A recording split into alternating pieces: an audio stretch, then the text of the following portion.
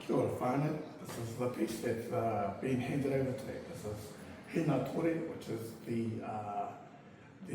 bioluminescent light between Te Kore and Te Amato.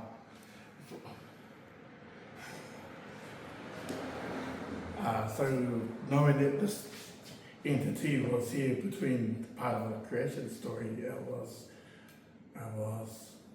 a big learning space because I've never heard of it before, but that's why I've added the pautama, or that letter of my totem, or constant learning. And I wanted her to be ancient and part of the creation. That's why the primordial put together pieces where I love to be part of the creation, an essence of the creation. Well, let's talk about Hīnātore.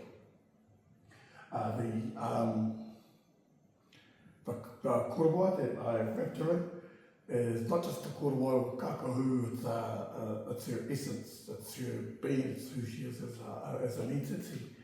And I decided to try and capture it with a kape, because kape being the te marama, or the moon, or the whale's tail. I tried to make it to a point where it looks like a muku or globe, which just comes with its own difficulties and everything.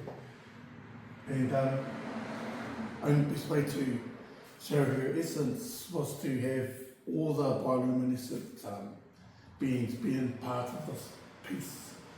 So I have muku, which is our blinded dark words. I have kape, which is luminous from te ao marama.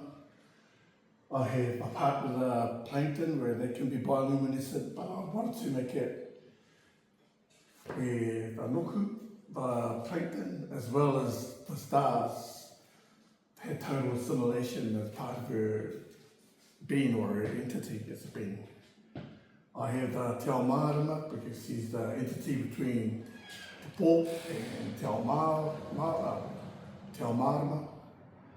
And I want to have the seasonal parts of marama also. So the best way to show where the nuku is, that's basically based on nuku, is to have the parts that are underground where they dwell, and have this part here as a personal part for myself, because my grandfather and my uncle showed me how to eel with nuku. And they always said, if you know how to get eels, then you know how to, then you'll never be hungry. So this is part of that, being my personal attachment to this. And yeah, and on top of that, I heard it was UV lights also, so kia ora whānau.